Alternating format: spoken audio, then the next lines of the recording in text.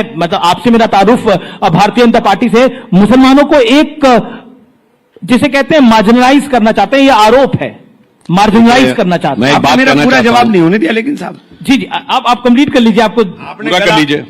आपने गला घोटने 2 ही सवाल किए थे ना। जी जी जी, गला घोटा जा रहा है, ये सवाल नहीं आपने बोला था, उसी को गला घोटा जा रहा है, तो ये आपको बता दिया।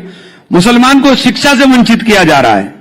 आप हालात ये देख लीजिए कि जो मुस्लिम अलीगढ़ मुस्लिम यूनिवर्सिटी है वो लगातार पिछले 10 साल के अंदर नीचे जा रही है, उसके फंड्स आपने रोक दिए, उसके 2 सेंटर बंद होने के कगार पर आ गए।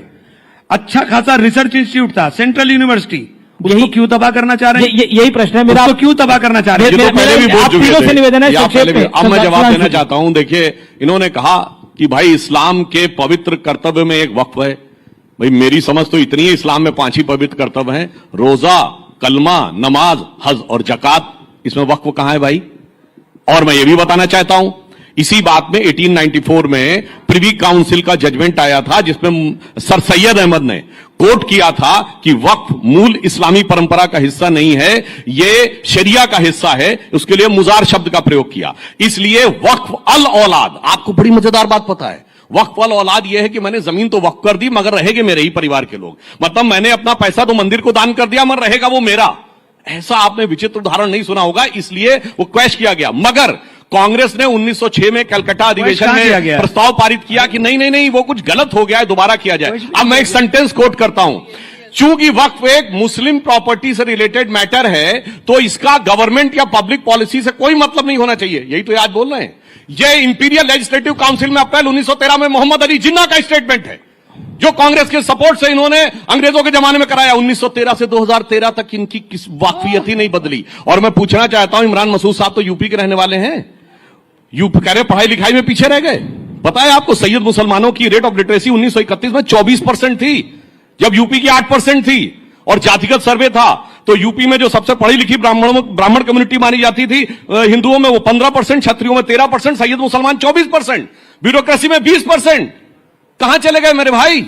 आज बाकी माइनॉरिटीज को आप देखिए, सबसे पढ़ी लिखी आज कम्युनिटी कौन है हाईएस्ट एजुकेशन में? पारसी 0.001% की माइनॉरिटी। सबसे प्रॉस्परस जो सबसे ज्यादा कंट्रीब्यूट करती है इनकम टैक्स में, जैन 1% की माइनॉरिटी। सबसे एंटरप्रेन्योर कम्युनिटी कौन है? सिख 1.8% की माइनॉरिटी। उसके बाद आप देखिए क्रिश्चियंस में एजुकेशन का स्तर कितना है, यहूदी छोटी सी माइनॉरिटी कितना है। और ये जबकि मैं आपसे कहूं आजादी के समय इनमें से किसी एक की भी रियासत नहीं थी, 1-2 सिख रियासतें छोड़ दें, जबकि इनकी तो लाइन लगा के रियासतें थी। पटौदी के नवाब, भोपाल के नवाब, रामपुर के नवाब, लखनऊ के नवाब, जूनागढ़ के नवाब, हैदराबाद के निजाम। और आज कहते हैं साहब हम तो मजलूम हो गए। क्यों? जो हुक्मराने वक्त थे वो आज मजलूम हो गए, क्योंकि सेक्युलरिज्म के जाल में ऐसे फंसे और उल जलूल हो गए। और सुनिए ये उल जलूल मामला क्या है। 2013 में आई सच्चर कमेटी की रिपोर्ट जो कहती मुसलमानों के हालात इतने खराब हैं कि साहब ये तो शेड्यूल कास्ट से बदतर है। और आपको पता है 1913 से 2013 तक 17 लाख एकड़ जमीन आई थी वक्फ में, और 2013 से 2023 में 21 लाख ऐड हो गई। मतलब गजब का आपका लॉजिक है। एक तरफ कह रहे हैं शेड्यूल कास्ट से बुरी स्थिति है और दूसरी तरफ ऐड होते जा रहे हैं। और सर आंकड़ा तो ऑन उस पे बोला सर, आप तो सदन में हैं, आपको विशेषाधिकार हनन ले आना चाहिए मंत्री के खिलाफ अगर आपको आपत्ति है तो लाइए साहब। सुधांशु जी हाउस पे दिया मेरे सवाल का जवाब नहीं दिया आपने, जो था मैं उस पर आता हूं, लेकिन प्रियंका पहले बोले। एक लाइन बोल दूं इस पर। प्रियंका जी, देखिए मुसलमानों के बारे में समस्या क्या है कि आज के जमाने में लोगों को मुस्लिमों की जो लियाकत थी उसके बारे में भी नहीं पता है।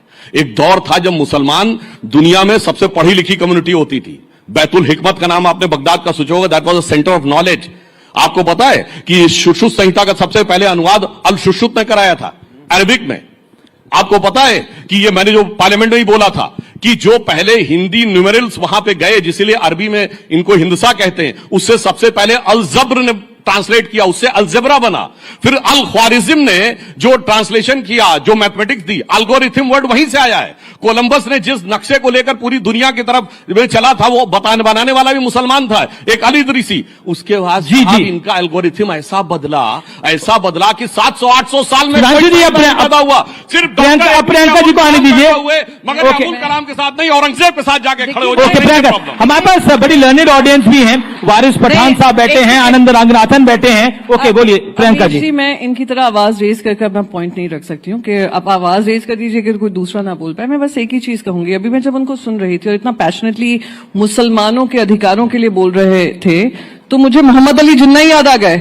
जैसे मोहम्मद अली जिन्ना ने आर्ग्यूमेंट दिया था और पाकिस्तान को अलग कर दिया था, इनका आर्ग्यूमेंट बिल्कुल उसी तरीके का था।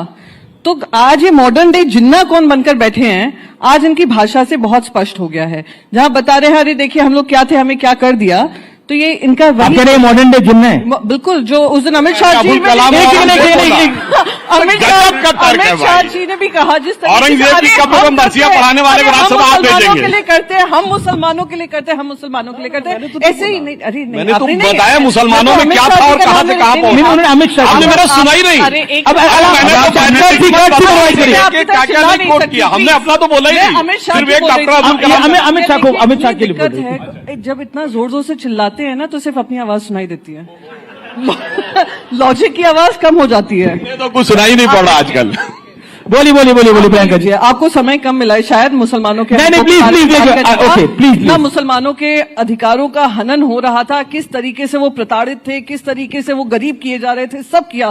बेचारा सुधांशु जी ने उनका हक रखा है, और सुधांशु जी की वही मैंने बस यही रिपीट किया। अमित शाह जी ने जो पार्लियामेंट में कहा कि हम ही मुसलमानों का हक और अधिकार की लड़ाई लड़ रहे हैं, हैरानी नहीं होती जब बीजेपी ये बात बोली कि हम मुसलमानों का कर रहे हैं। मुझे तो ऐसे ही साउंड कर रहा था कि जिन्ना ने कहा मुझे एक सेपरेट कंट्री चाहिए क्योंकि आप मुसलमानों के लिए हक नहीं दे रहे हैं, वही ये काम कर रहे हैं। सुधांशु द्विवेदी, अब ऐसा बीजेपी कह रही है कि मुसलमानों के लिए हम कर रहे हैं, नहीं। अब कई लोग कह रहे हैं कि हम सपना देख रहे हैं कि बीजेपी मुसलमानों के लिए करना चाह रही है। एक नया टर्म आएगा, मुसलमान हृदय सम्राट, मुसलमान हृदय सम्राट। जी। अभी मुझे सुधांशु भाई ने बड़ी अच्छी बात है कि बड़ा मुझे अच्छा लगा, चूंकि जानकारी इनको है, इन्होंने पूरा इतिहास ये का तो ज्ञान माना दिया। आपने। लेकिन इन्होंने जिस आदमी का नाम लिया जिन्ना का, वो तो हमारा सबसे बड़ा मुजरिम है।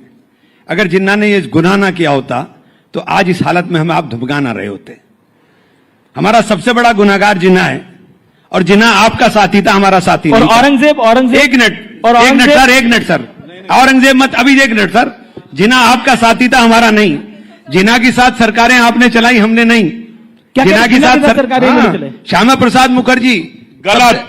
अरे गलत कोट क्या करिए, नाम कोट करिए, कौन था वो? प्रजा कृषक पार्टी फजलुल हक की थी 1941 में। ऐसी बात 46 में मुस्लिम लीग ज्वाइन किए। एक मिनट, अरे गलत, अब बहुत जोर से बोल देंगे तो आप कैसे? अरे कोई चेक कर ले जाके भाई। सिंध में किसके साथ सरकार, सिंध में किसके साथ सरकार चला रहे थे? फ्रंटियर में किसके साथ सरकार चला रहे थे? दो राष्ट्र नीति का पहले बयान किसने जारी किया? फ्रंटियर में कांग्रेस जीती थी 1946 में। अरे आप उसके साथ सरकार चला रहे थे। एक करके इमरान मसूद पहले आप दिक्कत क्या है सुधांशु भाई? आप इतनी तेजी के साथ बोलते हो कि आपकी बोलने वाली महारत हमारे पे आती नहीं। लेकिन हम ये कह रहे हैं कि जिन्ना आपका साथी था। ये इनकी आलोचना कर रहे हैं या तारीफ कर रहे हैं? जिन्ना आपका साथी था, हमारा तो जिन्ना ने बेड़ा गर्क किया है। अगर जिन्ना की बात ना मानता मुसलमान, मौलाना अबुल कलाम आजाद की उस वक्त मान लेता मुसलमान, तो हिंदुस्तान के अंदर ये हालत ना होती जो आप हालत हो गई है। हमारी दोयम दर्जे की स्थिति आपने पूरे देश के अंदर कर दी। किसने करी है दोयम दर्जे की स्थिति? सबसे ज्यादा जिम्मेदार ये 70 साल जिसकी पार्टी का हुकूमत रही 67 साल। ओके, नहीं सच्चे देखिए, अरे ये आप लोगों ने 10 साल हो गए, आपने 10 साल से जब सच्चर कमेटी की रिपोर्ट आई, सच्चर कमेटी की रिपोर्ट का आपने हवाला दे दिया वक्त के अंदर, और आपने सच्चर कमेटी की रिपोर्ट के ऊपर एक जगह अमल बता दीजिए। आप ऐसी बात कर रहे हैं, ये तो बिहार में सौगातें मोदी बांट रहे हैं। हमें सौगात के अंदर शिक्षा चाहिए, सौगात में रोजगार चाहिए, सौगात में मोहब्बत चाहिए, सौगात के अंदर हमें आपकी छवैया नहीं चाहिए। इसमें मेरा पॉइंट है, देखिए व्यूअर्स को मैं बोल रहा हूं ये बात, देखिए इस देश में देश के मुसलमानों को पहले बाबर में उलझा के रखा, उससे पहले जिन्ना में उलझा के रखा, फिर औरंगजेब में उलझा के रखा जा रहा है। मेरा निवेदन सुधांशु जी देखिए, इस देश में विकास की बात भारतीय जनता पार्टी बहुत करती है, विपक्ष भी चाहता है विकास हो। टैरिफ की एक बहुत बड़ी वॉर दुनिया में छिड़ी हुई है। इस समय देश के अंदर चाहिए कि कहीं ना कहीं एकजुटता रहे। प्रधानमंत्री एक लाइन बोलते हैं कि एक है तो सेफ है, वो एक है तो सेफ है, क्या ग्राउंड पर दिखेगा? ये मैं बिल्कुल with reference to context quote करता हूं। दो कॉन्टेक्स्ट हैं, एक 3 या 6 जनवरी 1948 को कलकत्ता में दिया गया सरदार पटेल का statement, anybody can go and check. दूसरा 28 अगस्त 1947 को पार्लियामेंट में जो कॉन्स्टिट्यूएंट असेंबली में जब मुस्लिम लीग के सदस्य